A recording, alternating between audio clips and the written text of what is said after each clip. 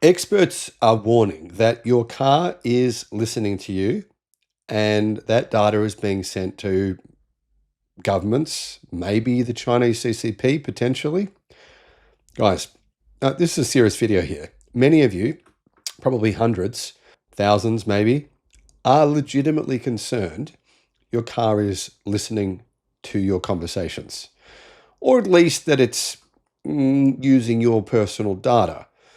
Is it using your personal data? Yes. The obvious answer is it absolutely is. We know that car companies are taking our personal data. They're all doing it. Many of them have been caught for this. It's not like this is some sort of weird, bizarre conspiracy theory. I need a tin hat or something like that. It's true. General Motors admits it. We know car manufacturers have admitted this several times now. But there's a big difference between using your data and listening to your conversations. And you might be thinking to yourself, my car's not really going to be listening to me. That sounds ridiculous. Then again, you might be on the other side of this argument and be thinking to yourself, I knew it. I thought this was happening. Now, I personally have a take on this. I used to think that cars weren't listening to us.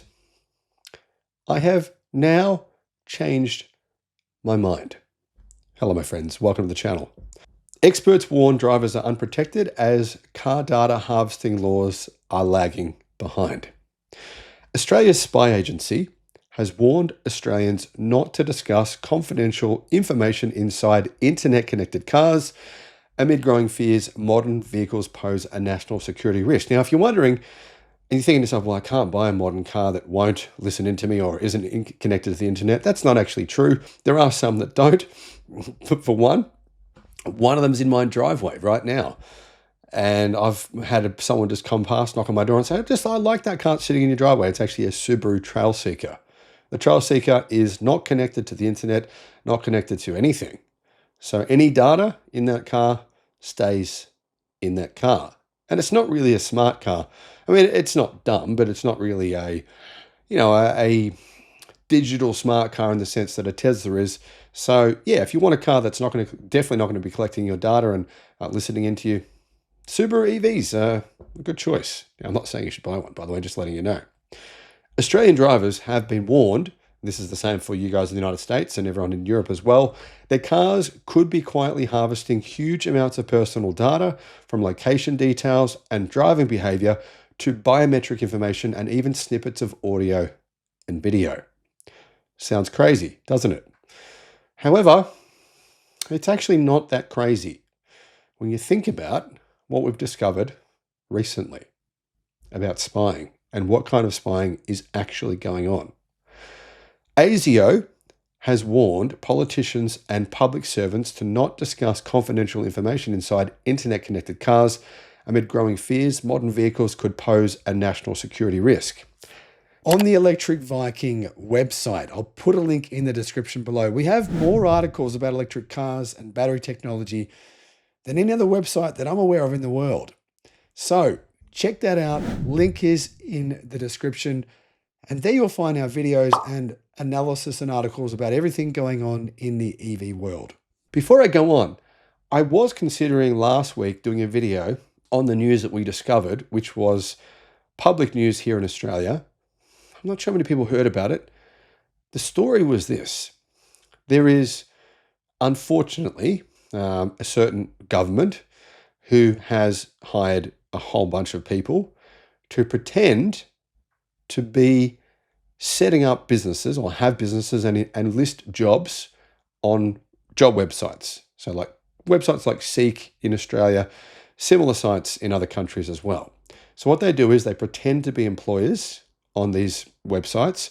Then they find out if you work for the government or you have access to any government documents through a process of kind of paying you over time where they make it appear as though they're going to hire you. So they say, well, actually, we're going to pay you to do this small job for us, and that'll tell us if you're the right employee for us, and the payments are pretty large. So people think, oh, this is great. Okay, I'll do that.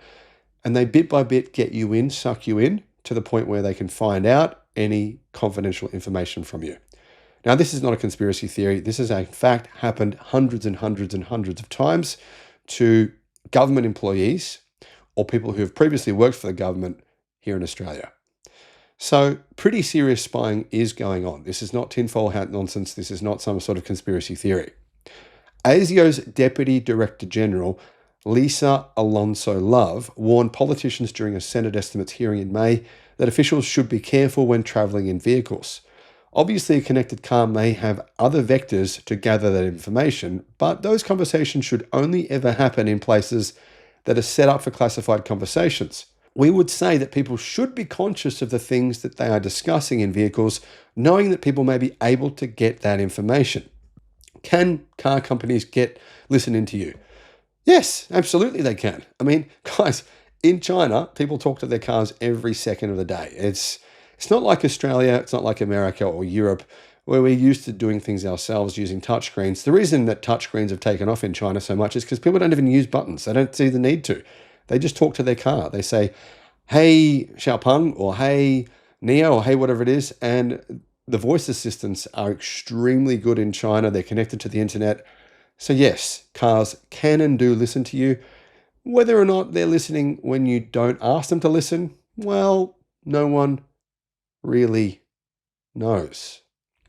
Despite the warning, Chinese vehicles have been added for the first time to the list of taxpayer-funded cars available to federal members of parliament here in Australia for their private use, despite ASIO warnings over security issues and a looming US ban. In other words, the security division of the Australian government has told the government not to do this, not to allow public servants or employees of the government to use these vehicles, but the government has ignored that. Now, I'm not having an opinion on that. I don't really know for sure either way what the government should be doing, just letting you know. 6 BYD models and a Chinese-made MG were added to the list of options from the government, including the top-selling C-Line SUV and the Shark plug-in hybrid ute.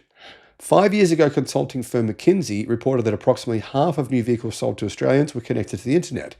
By 2035, that figure will climb to more than 95%. The same report found sensors inside connected cars can generate 1 to 2 terabytes of raw data every day. In other words, if they want to, yes, they can listen into every word you're saying. Now, are they going to be listening to you personally? No, probably not. Probably don't care too much about you personally. However, a massive percentage of Australians are actually employed, and so are Americans, employed by the government in some form or another.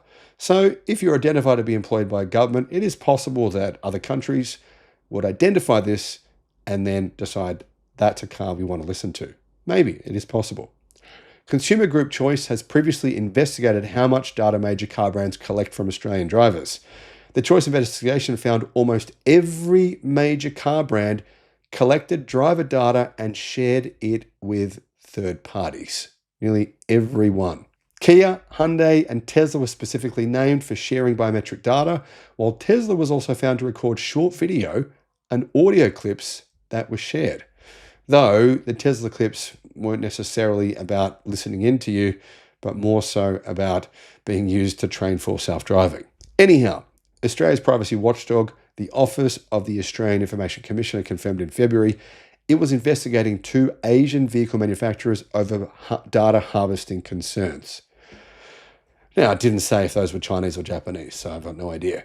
2 other probes, though, were dropped due to the low likelihood of enforcement action. It's too hard to know if they are listening in. How do you actually check that? Asta legal lawyer Avinash Singh said that this should worry Australian drivers. The OAIC dropping 2 probes into 2 vehicle manufacturers collecting, storing, and sharing personal data due to the low likelihood of enforcement action suggests that current Australian laws are just not equipped to protect Australian consumers, he said. Despite this being a new issue, most lawyers in the industry were aware of it as a potential problem. The government has really dropped the ball by not strengthening these laws prior to the recent influx of vehicles from Asian vehicle manufacturers. It is likely that the personal data of Australians is being misused. Mr. Singh said Australia was unlikely to get a local version of Europe's tough privacy regime anytime soon. The General Data Protection Regulation, GDPR, took the EU a significant amount of time to prepare and enact. It is unlikely that an Australian equivalent could be enacted anytime soon. but I think it should be. What do you guys think?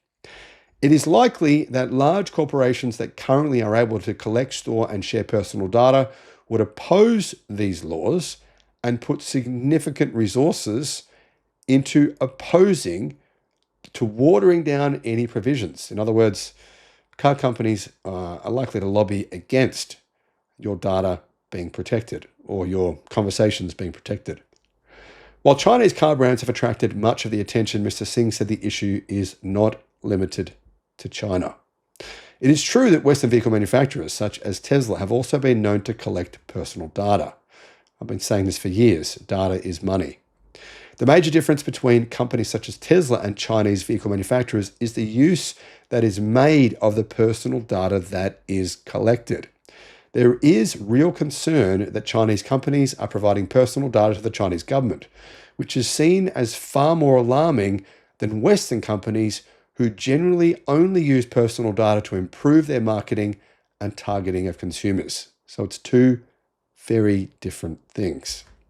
Mr. Singh said dealers should be forced to disclose data collection practices when selling vehicles, and I totally agree. Our car dealers should definitely be required to disclose data collection practices at the point of sale, similar to the way financial products require disclosure, he said. The failure to do so is a significant breach of trust to the consumer. Data collection practices are rarely at the forefront of a consumer's mind when purchasing a vehicle.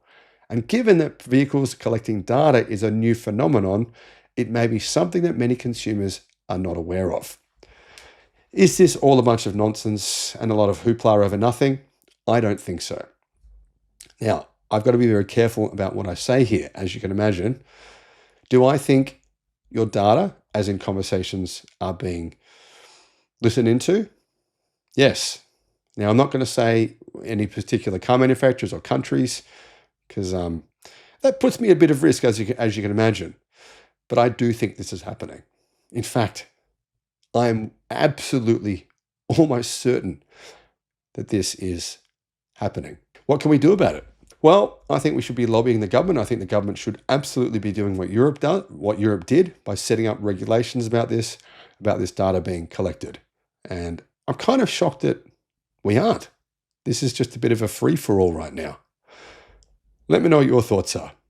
Thanks for watching. Need expert advice on what car to buy, what solar system to get, what home battery to get, or potentially for your business? You can get, guys, a one-on-one consultation directly with me, 60 minutes of tailored guidance. This might help you avoid making a huge mistake spending money when you shouldn't, or potentially save you a massive amount of money. Click the link in the description below because I can assist you, and why not? The link is in the description. Thinking about getting solar, a home battery, or an EV charger? Check out Australia's best free comparison tool because it could save you a lot of money. Guys, click on the link below in the description and you can see how much you can save. Alternatively, give Resync a call. They are the guys who installed my battery and my home solar. I'll put a link to them as well in the description.